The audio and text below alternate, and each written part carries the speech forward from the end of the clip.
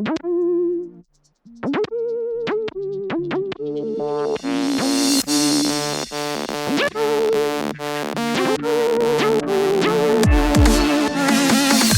looking for the hottest news out of the obstacle racing scene? Want to stay up to date on the freshest info, the latest podiums, and hear interviews with the who's who in OCR? Well, you've come to the wrong place. Well, some of that you'll find here. But we're not the media. This is not ORM, OCM, OCRM, ORCM. This is OCR Talk.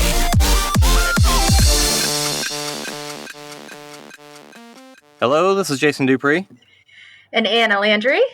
And Will Hicks. And this is OCR Talk, Season 4, Episode 3. Apparently, I have now made a new page in my OneNote for this.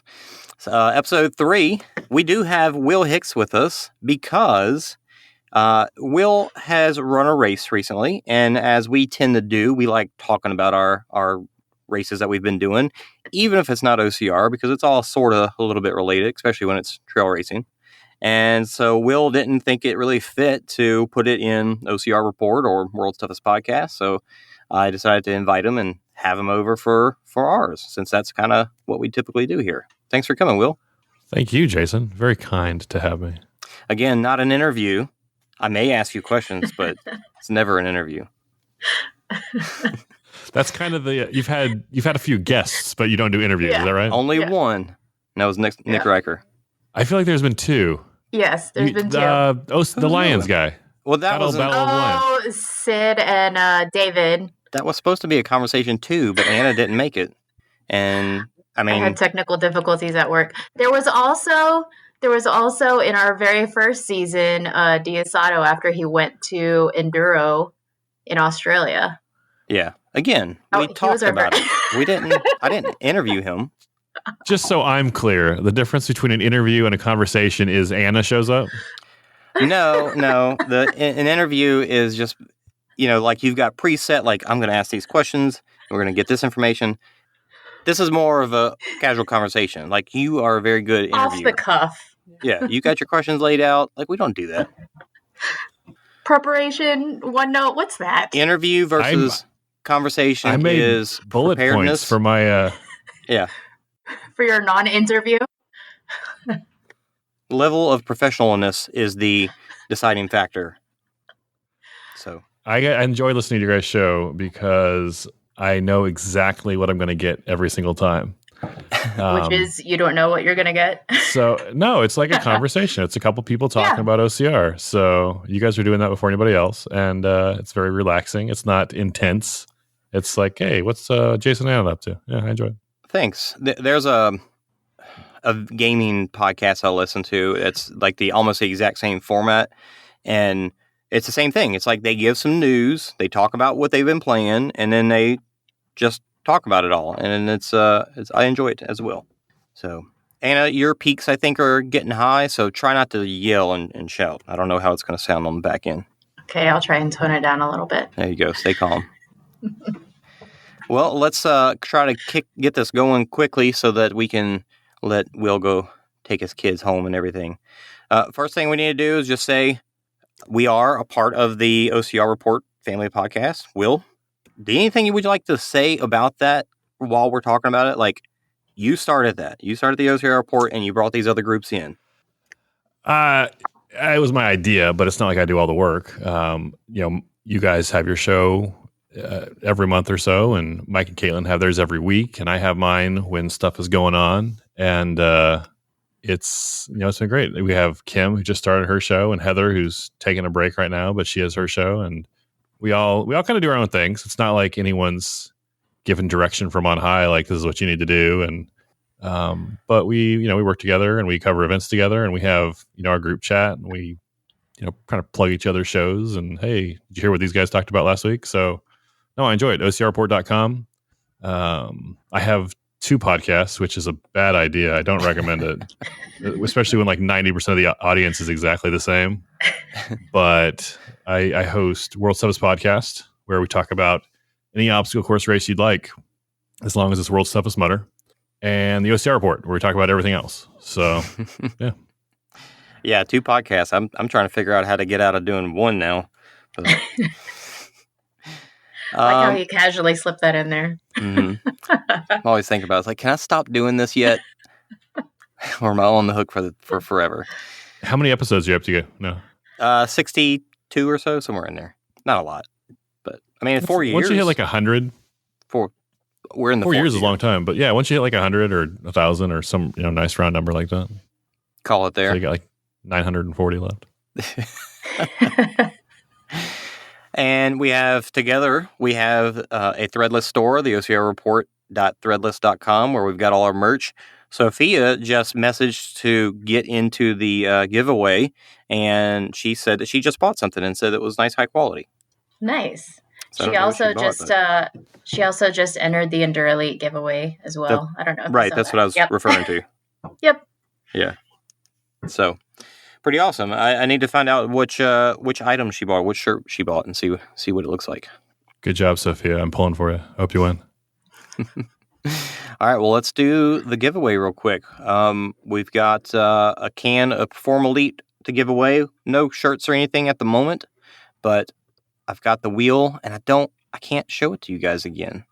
That's I don't know. Spin that wheel. I'll listen. Spin that wheel. I don't know if you'll be able to hear it even. That's the sad part. No clickety clackety, and no sound effects even. I know. I really want y'all to be able to see it. Anna can do a wheel. Anna, what does a wheel sound like? And what does the prize wheel sound like? I don't know. Well, I add the sound in post, but I just want y'all to see it and be part of the excitement of who it lands on. Very exciting, Jason. But we would have to do Skype as well or something. I don't know, because I can't screen share this. How many entrants do we have this week? 3. So the only way that you take to enter is you comment on our post for the episode, which is on Facebook and Instagram. And Sophia commented. Well, she actually sent a message. Ronnie commented, and Sid commented on his own episode. So he's in there as well. So we've got three entrants. Y'all ready? Here we go. Sid can only win if I get an entry to Battle of the Lions. Here it goes. Sid wins! That was funny. I forgot to increase the timer so it takes longer to happen, but I still put a bunch of them, so it was like the slices are like half an inch thick. Anyway. I gotta imagine everyone listening to this is like half as excited about hearing the description as we are, and we're like, I can see you on video. Well, you know what you're gonna get, like you said, when you listen to this. That's not what I meant. Well, that's our intro. We will go straight into talking about. We usually talk about what we've been doing lately, training, racing wise, but that's kind of what this episode is about. So we're going to talk about, Will, you've had a race recently. I had an event recently, and Anna, you actually got to go to Spartan Jacksonville and be at a real race. So I want to talk about that a little bit as well. So let's just jump right into it. Will, let's start with you. What race did you do? It's not an interview. So I did a local race in San Diego called the Ranch 50K. And this is the first race since COVID, like live in-person race in Southern California. So they've had it scheduled for about a month, but because of COVID, the local authorities were like, yeah, you can't do that. In fact, the state of California told there's some local race organizations, trail running groups that hold these races, put on the races, and the state of California said, yeah, you're not doing any races all year on any of our state forests. The U.S. Forest Service said, they asked them, they said, hey, can we do races on U.S. federal land? And they said, maybe why don't you hold one race? We'll see how it goes. We'll be on site to evaluate it, and if everything feels safe, let's just see how it goes and hold one race. And if it goes well, then we'll give you permission to use our land for more races. Nice. So this was kind of they've held the race before, but this was kind of a pilot, like post-COVID pilot race to see, if it could be done. So they told us this, in the pre-race material they email you. Like they didn't say it in so many words. It was basically like, everyone be on your best behavior. Everyone wear masks. Everyone behave. So because if this goes good, then we can do more. So as far as safety protocols, you had a start time. You had to pick your bib up beforehand. Although some people waited till the morning of. They gave you a start time, and you weren't allowed to show up until 30 minutes before that start time to check in. And then they had waves of 10 people starting every 5 minutes. So the first wave, I think, started at 7 o'clock, and then 7:05, and then 7. And I think they had waves going. I left. My wave was at 7:30, but it looked like they had waves scheduled until 8:30. Wow. So for the 50K, I don't know exactly how many runners there were, because there was also a half marathon. And the half marathon runners were kind of sprinkled in among the 50Kers. Most of them started later, but there were some earlier. For the 50K, you had a 10-hour time cutoff, 5 hours for each lap. The reason there was 2 laps, it was a 50K is 31.6 miles. So, which is just, a 5K times 10. So then the course was 2 laps of a 15.8 mile loop. So, and you had 5 hours to do each loop, basically. So when you finished your first loop, if you weren't done with 5 hours, you got pulled off the course. The second loop, if you finished after 10 hours, you were a DNF. So that was the course. There were 3 aid stations about every 5 miles. Nice.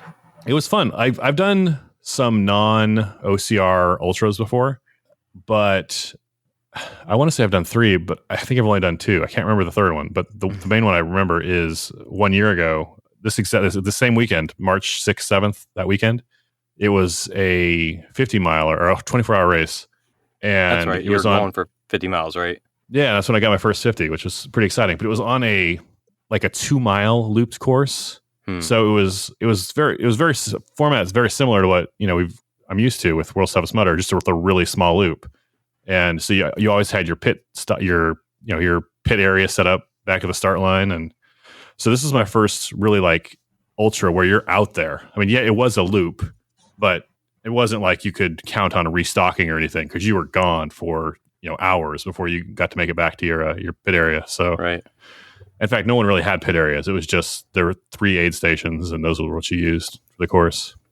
Cool. Yeah. How did you feel about the aid stations? I know we talk about those a lot and how they're so different than OCR. Yeah. So with OCR, with an aid station, you come up and it's water. If you're lucky, there's some Tailwind or some Gatorade. Yeah. And then maybe bananas, like half a banana, right? Right. And then if there's the only other exception to this, sometimes there's a sponsor. Like if Cliff Bar is sponsoring Tough Mudder or whoever, Spartan or whoever, maybe you'll have a broken like a chunk of a Cliff Bar in a little plastic cup. Yeah. Like that. And I'm not exaggerating. That's like what we expect. And that's what I know as a kind of going from OCR into doing some trail running. So every 5 miles on this course, they have these aid stations set up, and it's like 3 10x10 pop-ups with a buffet, like a smorgasbord. There's water, there's Tailwind, there's Gatorade, there's Coke, there's pickles, there's sandwiches, there's Kit Kat bars, there's M&Ms, there's peanuts, there's bananas, there's orange slices. Oreos? Grapes, Oreos. Yeah. I'm not exact. Every single thing I just listed was on these tables. And so I'm running, starting my race, doing 5 miles, and I'm doing fine, and come to the first aid station, feeling pretty good. But I'm like, yeah, I should get something to drink. I don't know when the next aid station is. And I see this just buffet laid out in front of me. And I was kind of like, oh, and I'm kind of gotta get something. Yeah, and then you kind of forget there's a race going on. You're like, wow, this is delicious. Don't mind if I do. It's like a snack bar. So then I'm like, oh, I guess I gotta keep running. I got a cutoff I gotta think about. And as I'm leaving the aid station, I'm kind of jogging away, and I kind of feel my stomach, and I'm like, oh, that was not a good decision. And this is my first aid station. I just started the race. I'm like an hour, 2 hours in. Anyway, But yeah, it was great. I kind of figured out the aid station thing as I went.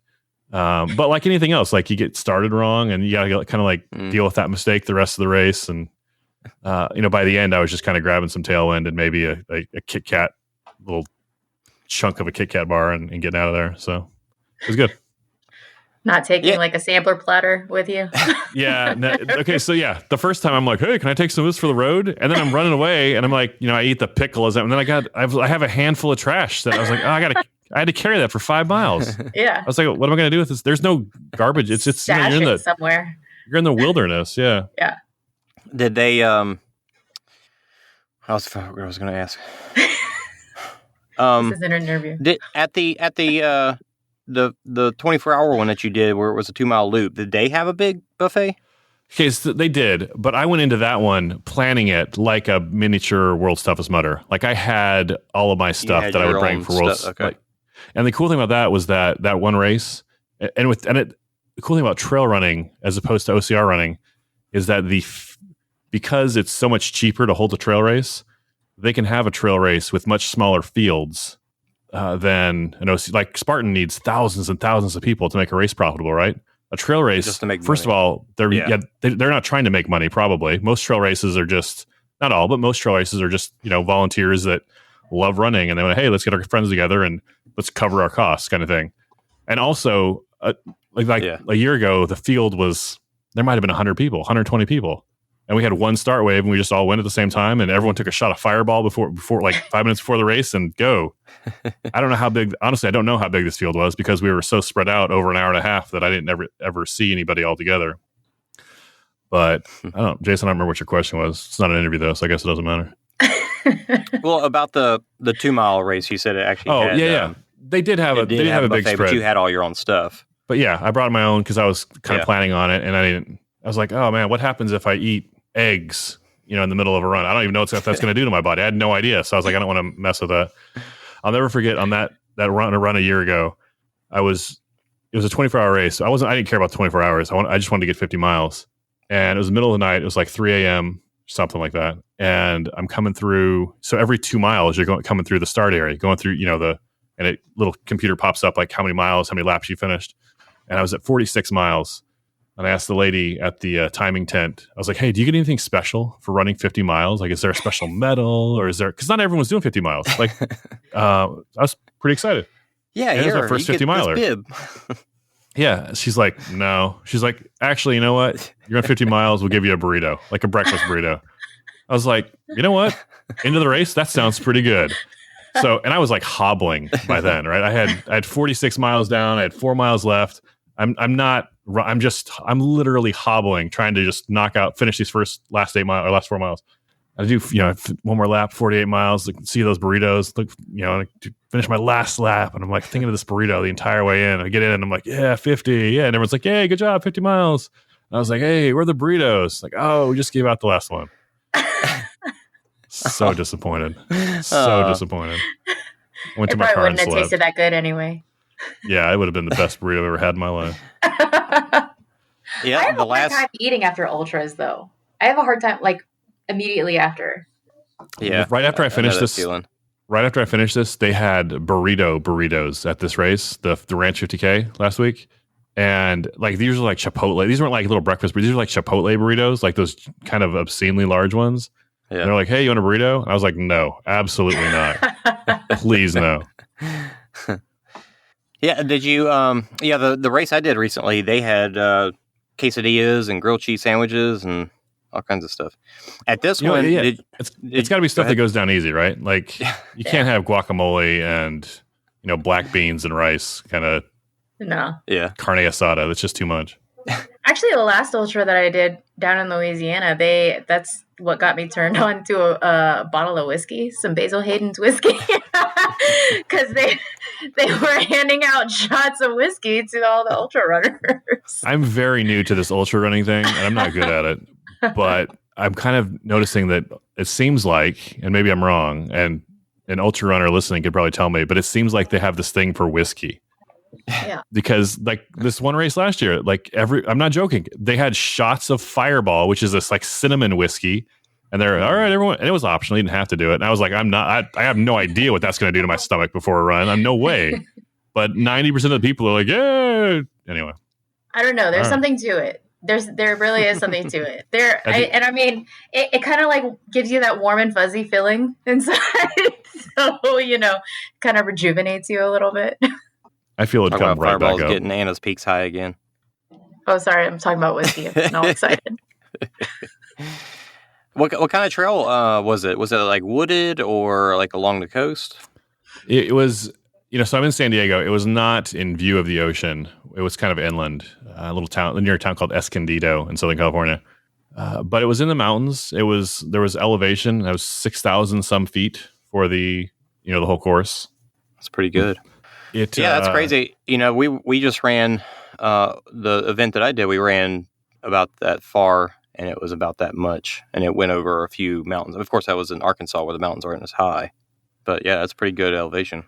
I enjoyed it. It was 2 laps of a course. So the second time through, I kind of knew. I didn't remember everything. I kind of recognized like, oh, this is where an aid station's coming up pretty soon, or oh, here comes that big hill from last time. So I kind of had those as markers in my head. But I knew there was one. There were 2 big hills in the last mile and a half before the finish line, and I'd finished one of them. I was really tired, and then I was looking at like the cutoffs, and I was like, I need to step up my pace here. And I was coming up the second hill. And have you ever run a race where you just you're going to throw up? Like you're just from running or just from hiking or going up elevation. And you're like, and you know that feeling, do you know what I'm talking about? Maybe it's after like a hard workout. Yes. Yeah, it's like nausea. And like maybe it's because like maybe you're overhydrated or maybe you're dehydrated. I've had it when I was overhydrated before, like where you drink water and it just kind of, you can hear it like sloshing around in there. It's not doing anything for your body, right? It's just sloshing around somewhere in there. Well, this one I was dehydrated, and I'm coming up this hill. And as I'm coming up the hill, I can tell like I just pushed it like a little too much. And I'm like, oh man, I'm looking at my Garmin to see I have exactly 1 mile left. I was like, I don't want to stop and throw up now, because once you stop and throw up, like your legs start cramping, and then like who knows, like it's not just like a quick 30-second thing. It might be like a 30-minute thing. And I was like, I don't have time for that. And also these are public trails that we're running on. We're doing a race on them. They're not usually like a Spartan or a Tough Mudder. It's like on a private property, right? You don't think about this, but anyone out there at a Spartan or Tough Mudder is out there to do a Spartan or a Tough Mudder.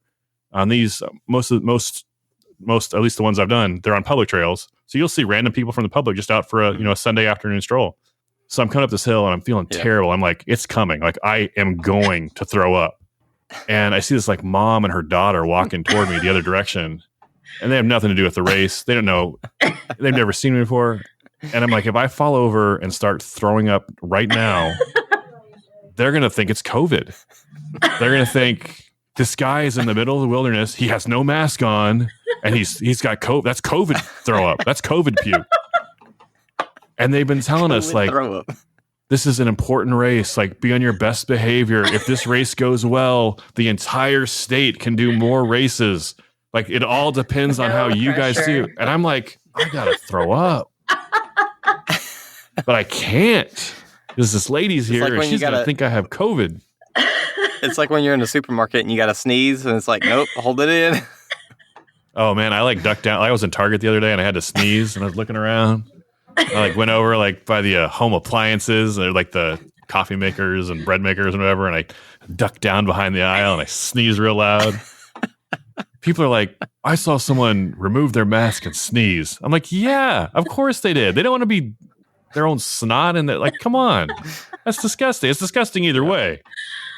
Anyway, so I had a mile left, and I get past this. I don't throw up, and I get past this lady, but I still feel terrible. And I'm just I'm trying to figure out where the line is, like where I can keep moving without making myself throw up. Like, because if I run at all, I'm going to throw up. And if I stop walking, worse. I'm not going to finish the race. So there's somewhere in between where I need to. So I'm kind of like gingerly trying to get to the finish line the best I can, and I'm fine on my time. I wasn't cut off as I got closer. I was realized cutoffs weren't an issue, but I get to, because this is my second lap now, and I kind of know where the finish line area is. And even if you've been okay, this is a thing that applies to any race, whether it's trail racing or OCR or road racing, 5Ks, marathons, it doesn't matter. You have to run across the finish line, right? Like, you can't like stagger. Right. You like, you've been maybe you were walking. There's no shame in that game. That's fine. But you got to run across the finish line, right? So I know where the finish line area is. So I start kind of like, all right, yeah, I've been running the whole time. I'm running it in. I'm running toward where, because this is my second time through, so I know where to go. I know exactly where to go. So I run straight there. It's where they had the third aid station. And so I'm running over there, following the cones. And they're like, oh, no. The finish line's over there. It's like, no, I've been running. You don't understand. I'm about to throw up. So I keep running. You got to keep running. I'm running. And so I was planning on running it in like a 1/10 of a mile. I ended up running it in like 3/10 of a mile. And I get across the finish line and I kind of like stagger off to the side and I just kind of like lay on the ground. And they're like, yay, good job. Do you want a burrito? And I was like, no, absolutely not. That's a terrible idea. Like it wouldn't last. It wouldn't get past my lips and I'd be throwing it back up. And I'm laying on the grass, or I'm sitting on the grass, and I'm like, I do not feel good. So I lay down. I'm laying on the grass. They send someone over to kind of check on me, like, hey, are you okay? And I'm like, yeah, I'm fine. I'm just nauseous. And they're like, oh, okay, yeah, no, that happens. And I'm laying in the grass, and I'm allergic to grass. And so I'm laying there, and I'm like, oh, this itches so bad, but I can't sit up. I can't stand up. And so I'm just, anyway, eventually after literally half an hour, I could sit up. And my wife calls me. She's like, are you okay? She kind of like tracking me on the whatever. And I'm like, yeah, I'm fine. I just need to, she's all right. And then maybe 15 minutes later, I finally like staggered to my car and I brought, those compression pants. Have you guys seen those like Normatec compression pants? They like blow up and like, it's kind of like a massage for your legs kind of thing. Yeah. I bought a pair of those. Black Friday, I bought a pair. Amazing purchase. So happy I did. And so I brought them to this race. I'm like, hey, after I finish my long run, my legs are hurt. I'm going to sit in a chair and I'm going to like massage my legs. That'll feel great. But if I had done that, like I had that sitting in the back of my car. If I had done that, it would have just like started at my feet and like just squeezed all the way up my body and it would have squeezed the vomit right out of me. So I didn't do that. I changed my shirt and, my shirt had my bib on it. So I kind of throw that in the back of my car. And I have a neoprene thing you put over your seat after a workout kind of thing to keep the sweat from getting onto your car seat. So I stick that on my car. Not that, it's just in case. And then I'm getting into my car and I have an SUV, so I have to step up a little bit. And as I'm stepping up, my right leg starts cramping, just crazy, like insane cramping. And so I'm like, you kind of shout, like, ah, and you grab it, you reach down, you grab it. And I'm kind of hopping around on my other leg that's still outside of the car. And because I'm putting all this pressure on my other leg, that leg starts cramping up too. So I kind of just like flop onto the ground. I'm sitting there and I'm trying to like rub out these legs. I'm still nauseous. I still don't feel good. So I'm just sitting there in the dirt, this dirt, gravel parking lot. My car is unlocked. The keys are in my car. Anyone could just I'm not joking. Like a 12-year-old girl could have kicked me over and stolen my car. I couldn't have done anything about it. There was nothing I could do. And this guy comes up and he's like, hey man, are you okay?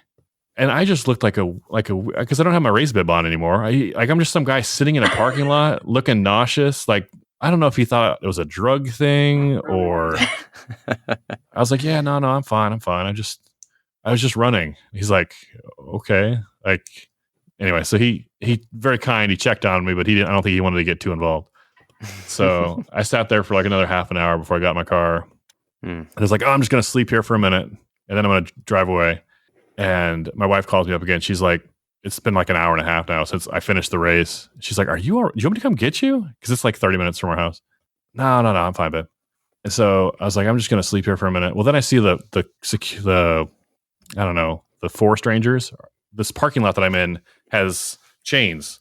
And I was like, they're closing the parking lot down. It's dark now. Like, I got to get out of here. I'm going to be stuck here all night long. So I was like, all right, well, I got to go. So I'm going to go drive to a parking lot and there's a Target Chick-fil-A where I can sleep for a minute and then get something to eat. So I drive away, and as I'm driving, Chick-fil-A is 15 minutes away from where the race was. As I'm driving, I can feel in my stomach. I'm like, oh man, I am going to throw up. Like, it's going to happen. So I pull off and I just pull off of the next side street. And it's like this residential area, and I pull in front of some poor guy's house, and I'm like, I don't know this guy, but I'm going to throw up in his gutter. And I was like, this is what it's come to. Like, this is what I started out this morning. Like, I'm going to run a race. Like, wow, take that, COVID. We'll show you. Like, I'm going to run. Yay. I feel healthy. And I'm going to finish my day on my hands and knees in some stranger's gutter, emptying my stomach. And I ended up, I didn't. Like, I parked there, I reclined my seat back, and I just chilled for like 45 minutes. By this point, my wife is like I'm gonna send someone up there for you. Like, she keeps calling. She's concerned, But anyway, so I finally slept it off, and like probably like 2 hours later, I got something to eat, and I was driving on my way home. But that was it wasn't pretty, but I finished my race. So good time. I can relate to that. I've done that too many times and talked about it every time on this show. Man, just sitting there, just waiting for it to pass, and then trying to drive home, feeling like that is so bad. The thing I feel for you. The thing about runs like this, and it's the same with World's Toughest Mudder and other like any hard race, is while you're doing it, at least for me, I'm always talking to myself like, why am I doing this? Yeah. I don't have to prove. I don't know any of these people. Like, I don't have to prove anything to anyone. What's the point of this? Like, why did I even sign up? I hate this. What am I doing this to myself? And I feel bad for a day after I run. And then literally like the day after that, I'm like, when's the next race? Right. I already signed up for my next one. It's in May. So anyway, that's another 50K or another ultra, like. So it's a trail race in general. It's 100 miler. So I haven't DNF'd a race yet. I haven't finished some races, but I haven't technically DNF'd yet. So I was like, this one could probably do it. So that's in May? Yeah, see how far you can go. Yeah, Memorial Day weekend. March, April, May. I got towards the end of May. Yeah, it's like May 29th, I think. So we'll see. It's on it's months to train for it. Yeah, so I just got to step up my mileage, and we'll see what happens. It'll be fun. I'm gonna run with a friend of mine, a guy. Our kids are in school together, so we'll see what happens. Crazy, man. Yeah, you always talk about in World's Toughest Podcast that you just gotta sign up and then get ready for it. And I feel like 100 milers are something that I know, it's pretty serious to run 100 miles. So like how many times, Anna, have we talked about this? Yeah. I want to do that, but I want to prepare for it first. But maybe eventually we just have to say, screw it and do it. I'm giving myself until at least December. So yeah, Anna I did that too. I did that for years with World's Toughest Mudder. I was like, I'm gonna do the race. Oh no, I'm absolutely gonna. Not this year, but next year. Like I did that like 3 years in a row. Not this year, next year, and it never happened. And finally, it was World's Tough is always in November. And at the time, the first Tough Mudder of the year was usually in Southern California, which was usually like late March, early April. And finally, I did it, and I ran it like late March. And I was like, you know what? This is the year. I'm signing up. We'll figure it out when we get there. So yeah, commit before you're ready, then get ready. It's good advice. I do the same thing. Yeah, I'd like to try to find like if I ever do 100 miler, I'd like it to be one where you go like not just a loop a bunch of times. I want to do like a point to finish 100 miler. That'd be so cool. Point to point. So those are hard. I think. Well, I know what I'm talking about. I think those are harder to find because they take more for sure support and more logistics. The one I'm doing is a loop. It's on a guy's property about an hour from where I'm in, an hour and a half, Southern California. Because there's like a lot. Everything's contained, and it's like there's one pit area usually, and all the I don't know if they're going to have spectators or not because of COVID, but anyway. So it is going to be a loop format race? It's a loop format. It's there's like a 6-hour, 12-hour, 24-hour, and 100-mile option. So you have 30 hours to do the 100 miles. If you do it in 24 hours, you get a special belt buckle. So I'm thinking I might have my kids. It's a mile, and it's like a flat course. Like like if you, Jason, like Anna, if you want to do 100 miles, come out.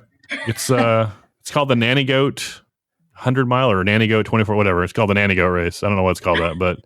Like all the conditions, like I don't think there's a such thing as an easy 100 miler.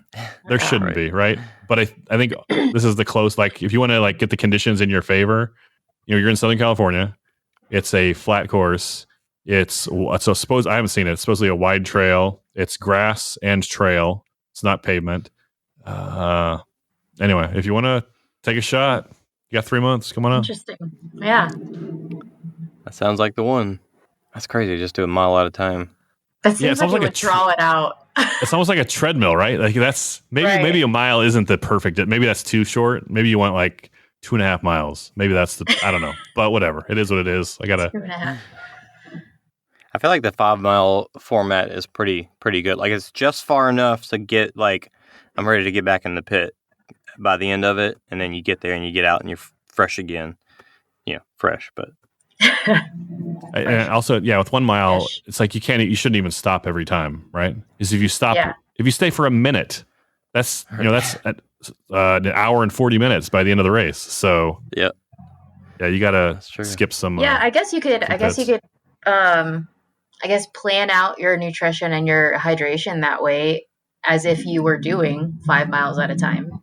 You can even plan on that. Like some people do that with World's Toughest. Like they skip the first pit area, they just do 10 miles, and then they maybe do every other after that. And it's tough near the end, obviously, but that's a good point. Yeah. Huh. I'm intrigued. Cool. Yeah. Well, good job. Now. Good job doing it and making it through. How long? You said you ate a bunch at the beginning and you felt rough from that. When did it really all catch up to you? You got nauseous at the end. When did it really catch up to you? I didn't. It was 31 miles. I didn't really hit a wall. I think I ran probably most of the first 20 miles. And then after that, it was like walk, run, walk up the hills, jog down the hills. And then the flats, like you try and run most of them. But when you can, anyway. Yeah. I really, I didn't feel, I felt okay. I felt fine until that mile 30 point. Like I probably could have done, I'm not fast, but I probably could have done another lap. Like I could have done, until I hit that mile 30 point. And it was just death. That's good though. I mean, at least you weren't running like that for 10 miles. Yeah, I'm fortunate that it didn't hit me earlier. I think a lot of it was dehydration. I was going to say, how was the weather that you were cramping like that? It was perfect. I see you have snow behind you there, Anna. It was 68 degrees in San Diego. Like, what? You can't complain about it. There was a lot of sun. There wasn't a lot of shade. So we all wore all of us. I had a buff that you wear around your neck, and you kind of pull it over your nose when you come up to an aid station. And that was actually really good because it covered my neck, the back of my neck, so it prevented some sunburn. I had some, my cheeks were kind of sunburned. I wore a hat. I put sunblock on before the race, but. And this is something I don't think about for World's Toughest Mudder because we're wearing wetsuits the whole time. But sunburn's a real thing. And especially when you're just in shorts and a t-shirt, that's something to be aware of for trail running that coming from OCR, coming from, 24-hour races with wetsuits that I didn't always think about. Yeah. And you said the weather was nice. What is to you the nicest running temperature? I had a roommate when I was, he said, the best weather to run in is below freezing because you can't sweat. And that is a lie because you absolutely can sweat. And I was like, oh yeah, that makes sense. All right. Yeah. Okay. No, because you know what just happens is the snot and the sweat freezes to your face. Yeah. Like your eyelashes will like stick to each other and no. The best weather is where it's just a little bit colder than you want when you step outside, where you have to think like, oh, should I get a jacket? And you leave the jacket and you're happy. 5 minutes later, you're happy you left it. So I don't know what temperature that is. Like it's probably different depending on where you're. Like it's different for Anna today than it is for me today. So, all right. Well, we had our. I don't know what you're talking about. We had our event, self-imposed event, where we went to Arkansas, and the weather was. Probably about it had gotten to mid 30s during the night, but it was by the time we started running each morning, it was already probably mid 40s, and then midday or late in the afternoon, it was up into the 60s. So it really was kind of like that perfect running temperature. With the swing, for all day, you can't really get much better than that. So we went to a place in Arkansas called Eagle Rock Loop. And it was me and two buddies, Josh McCarty and Kevin Harkins, who ran the 50-miler that we did from Fort Worth to Dallas. And we decided to break it up into two sections because they say it's like 26 miles. I think it's a little more. Plus, where we parked, there's an extra like mile worth of trail that we did. So technically, it should have been 28 miles, but my watch ended up showing like 34 miles for the whole thing. And I'll explain why in a moment. But we went, and we were like, let's go and camp out halfway through and then run the rest of the next day. So it'd be 2, sections of 15 miles. And so, thankfully, my brother-in-law, he likes camping too, but he doesn't do the running. So I invited him, and he said, yeah, I'll come. I got some buddies that'll come, and we'll have the camp set up and ready to go when y'all get there. And then, we'll take care of like bringing your gear in and all that stuff. It's like, awesome. That's perfect. So we kind of had a crew in a way. And so we went Friday night and went to our parking spot and then hiked, I don't know, 1/10 of a mile into the trail and found a gorgeous little campsite. They already had a fire pit, a rock, ring of rocks, and it was like right at the junction of 2 little creeks. So we just had water rushing, running water next to us all night, which is beautiful to sleep next to. And so we camped out there that first night, got ready in the morning, and then got on the trail and ran for about 5.5 hours, I think it was. And that first day is rough because the direction we went, if anybody ever sees Eagle Rock Loop, it's kind of like a big rectangle almost. And the left side, the west side, is like 3 or 4 mountain crossings. So we did, I think, 4,500 feet of gain in that first day. So it was rough, and I definitely hadn't been training hills, that's for sure. But it was really pretty. I brought my GoPro and filmed a bunch. How did it feel starting the second day? Well, we got through the first day, and I was pretty whipped by the end. And, you kind of get to that point where it's like, I know the finisher's line is coming, and you kind of stop taking care of yourself. And I probably didn't eat enough, so I was really hungry by the end. And, getting worried that I was going to get sick or something. So I felt really rough. My legs felt whipped. I was like, kind of like tiptoeing around because my feet were sore. But the next morning, once we got up, we actually ended up having a warm up, so to speak. So it actually wasn't that bad. Legs were still tired, but it wasn't as bad as you'd expect, I guess. When I started, the first time I did a Saturday, Sunday of Tough Mudder, like you run Saturday, you maybe do 2 laps on Saturday, and then you come back the next day, Sunday morning. Getting out of bed, like it's so much hard. Like obviously, it's going to be harder, the second day than the first day, right? But it's so much harder than you think because you're so sore from the Tough Mudder on Saturday. The second day is always worse, way worse. Yeah. And I know I've heard of pros training in that fashion. So you'll do, a long run one day and then do maybe lesser mileage on the following day. That helps build up that, like, my legs are tired, but I'm used to it kind of thing. Because obviously in ultra distances, you're going to hit that point where your legs are tired anyway, but you just got to keep going. So I think it's a good way to train.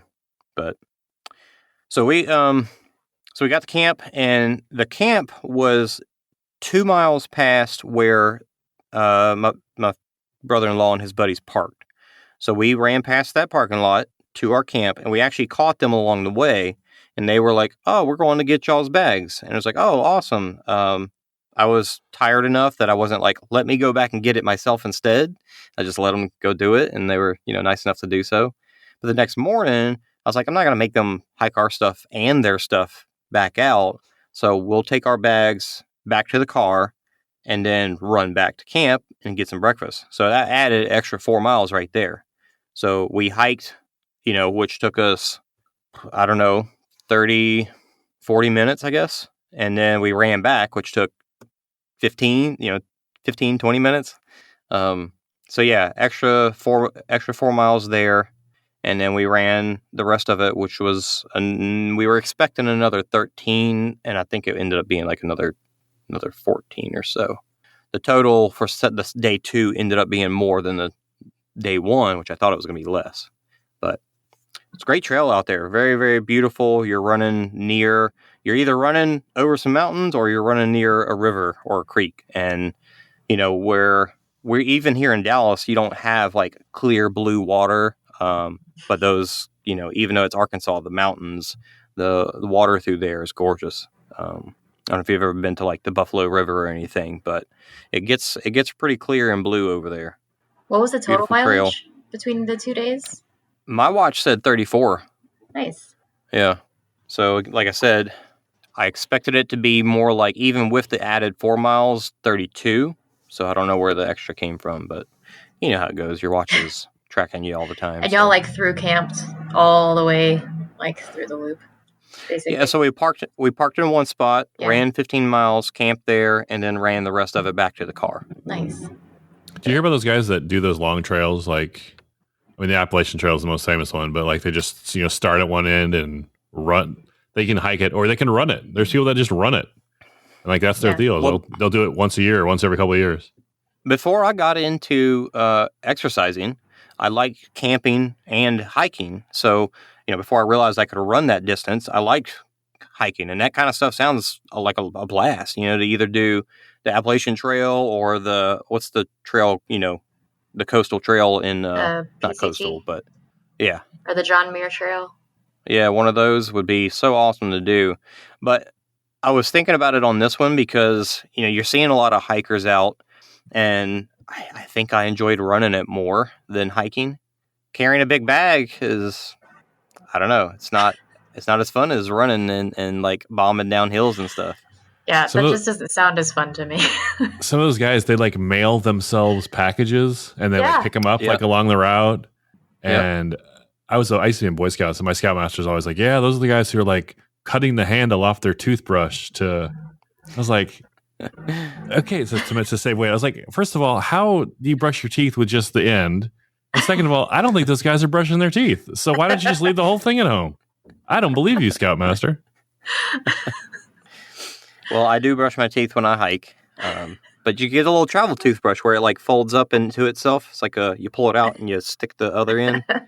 No, I know what a travel handle. toothbrush is. Alex Walker told me she flosses her teeth between laps at World's Toughest Mudder. And I was like, no one's doing that. She's like, I am. I was like, I don't believe it. I believe it because she's a dental hygienist, I think.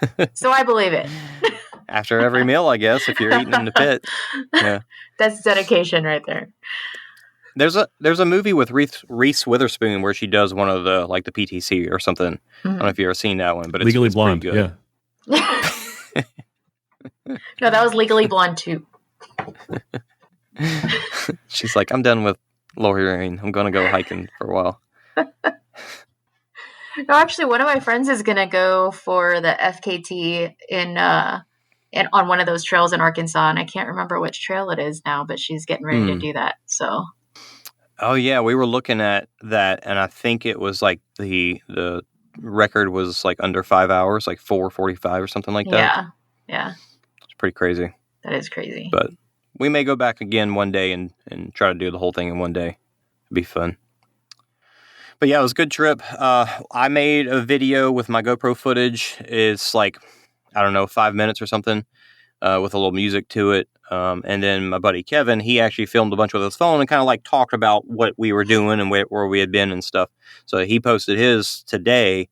So if you go on to my Facebook page, like my personal one, you can see that one too, and see it's like 15 minutes long where he's like kind of documenting the whole thing. So it's a little more documentary style, but it's great stuff. That was just another, like, after the 50 miler that we did because COVID was happening and no races were happening. I was like, before we even finished the 50, I was like, I'm going to plan something else out. And that's what it was. So it was two events, two things that I did without any races and just planned them out. And honestly, planning them out is kind of fun by itself. I'm not that much of a planner. If you got no races, get out and, find your own adventure. It's it's so good the races are coming back now. We're talking in early mid-March. Spartans already had their first race back. Savages had their first race back. I was looking at the calendar this morning. Like the back half of the year for Spartan is just loaded with races. They've got probably like 13 or 14 in October. They have half a dozen in September. They have 8 in July, 8 or 9 in June. It's slow through April, May, but starting in June, like they've got races almost every weekend for the rest of the year. Yeah. Anna, you got to go to the Jacksonville race. Yeah. You want to know elevation gain I got out of that trip. Negative, somehow negative something. No, I went up in the plane, so But no, it was really cool. It was actually just like really nice being at a race venue again, and that was probably like the one thing I most enjoyed from that weekend, other than being able to wake up on race morning and like being super chill, not having to like worry about what I'm eating, what I'm wearing, like am I going to be late to the venue? Like super laid back, super chill, like one of the best race mornings I think I've had in a really long time. That reminds me, like getting into being competitive and everything, and then not doing it is a nice relief, and makes you appreciate. I guess when you don't have to.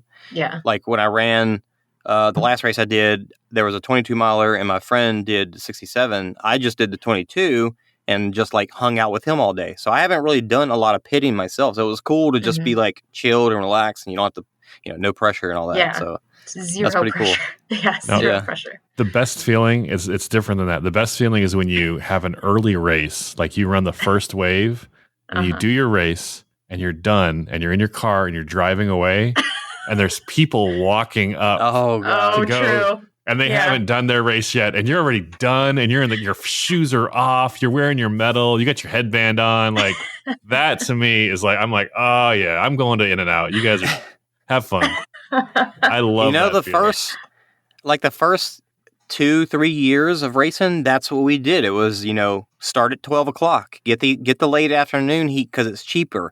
And then the moment we started doing the earlier races and then doing competitive, and it's like I am never not doing competitive ever again. It's those real close up parking spots, man. They will spoil you. Yeah.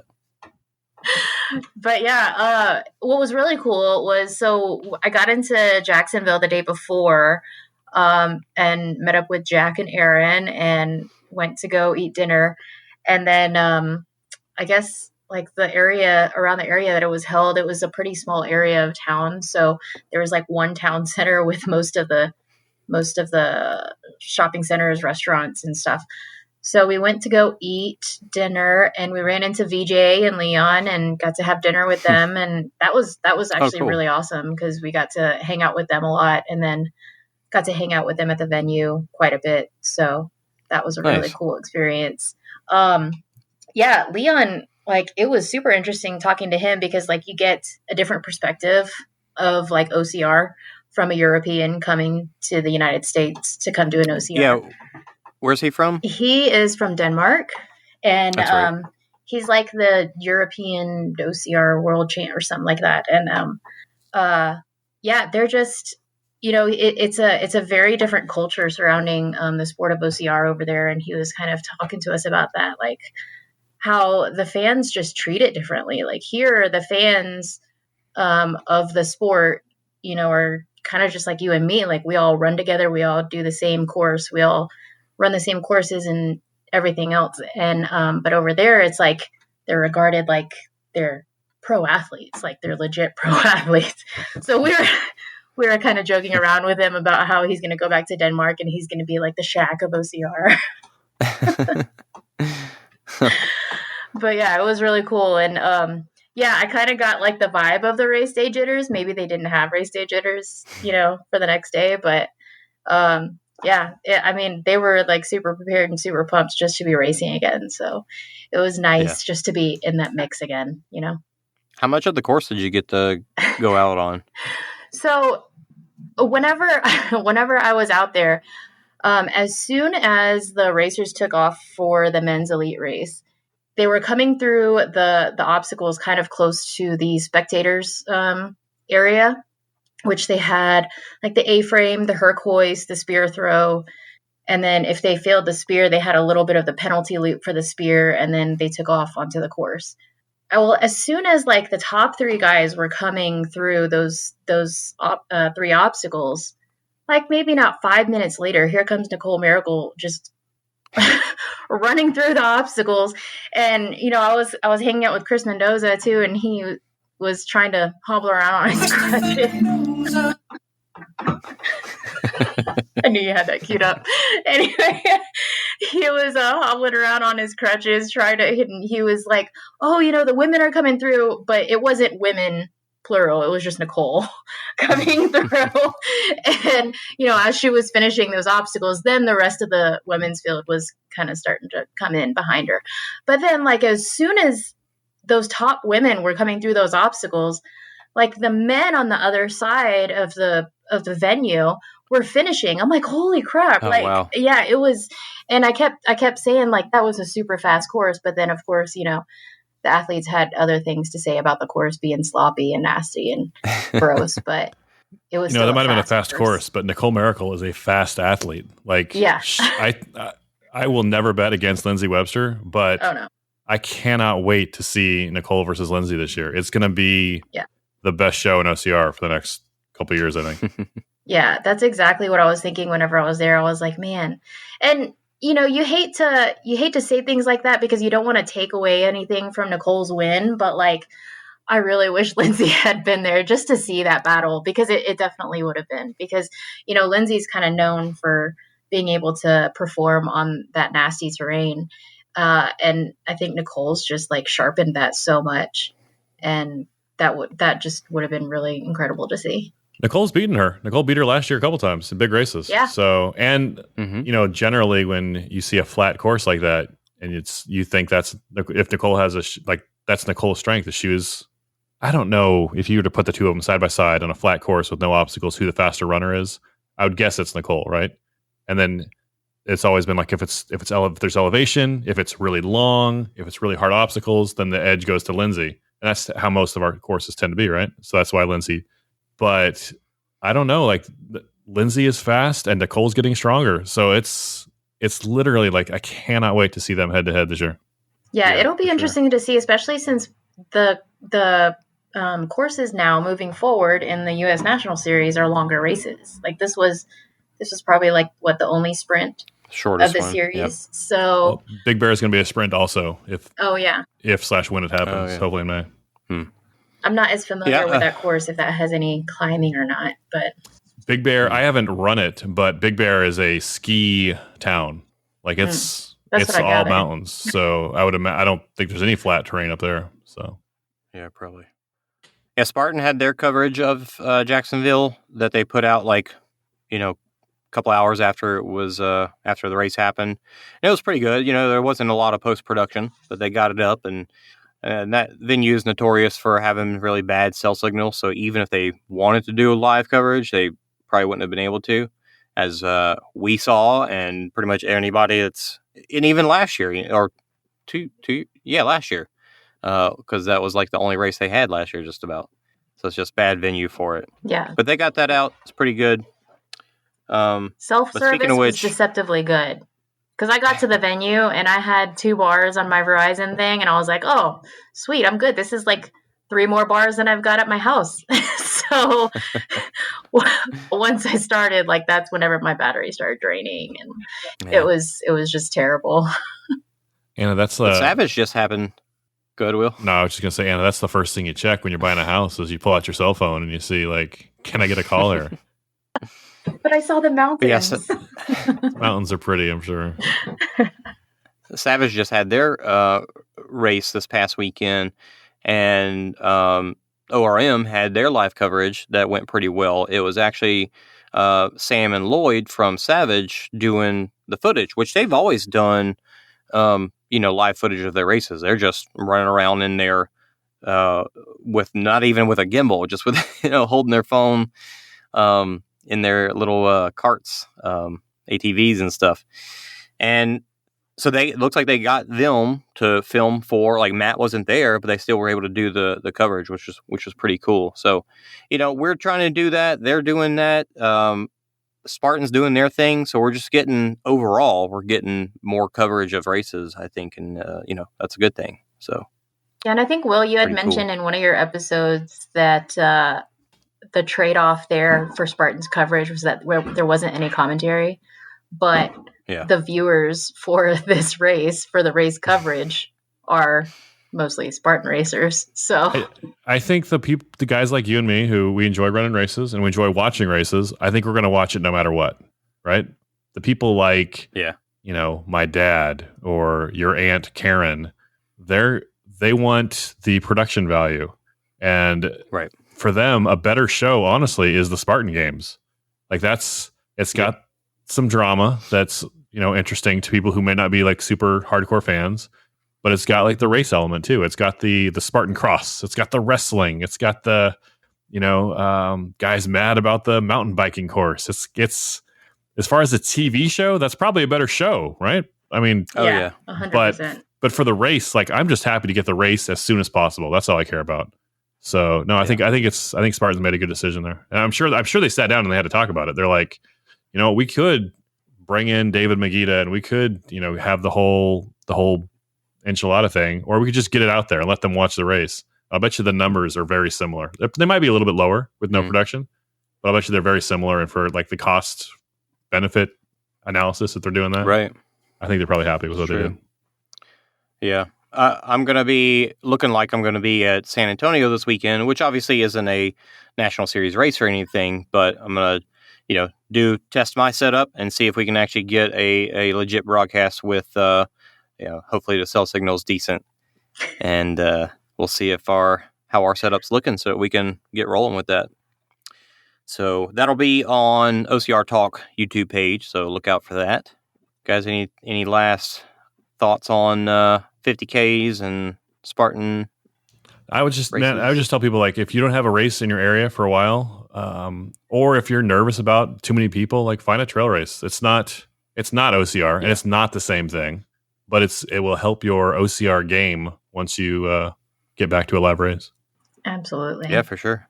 That's what I've been doing, looking up the local races.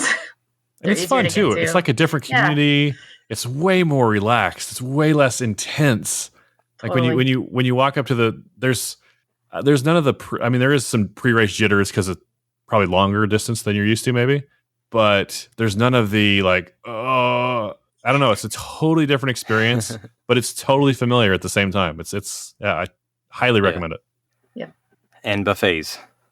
Yeah, take it easy. Like buffets. If you're gonna hit the buffet, like wait to the last aid station. Like they'll have the stuff at the last stop. Just take it easy for the first, several. Sid, we'll reach out to you for your can of Formalite. I'm not even sure if he's ever used it before.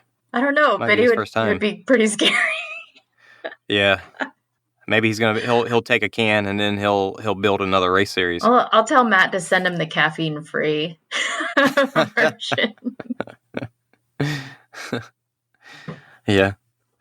Well, Will, thanks so much for joining us and sharing your race with us. My pleasure. Thanks for having me. You're welcome. Any last thoughts, you guys? We will call it here. I don't think I got anything else. No. Sweet. All right. Y'all take care, and see you next time for, I don't know what. Who knows?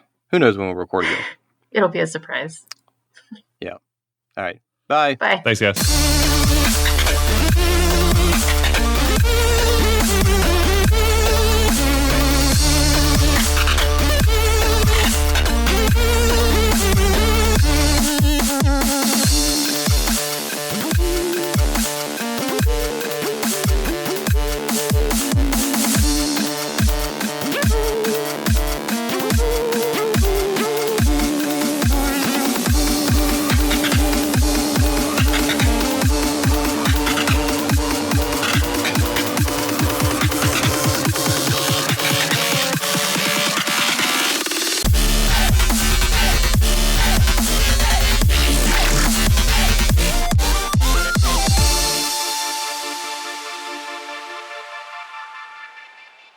Declan, you want to say hello? No. Bye.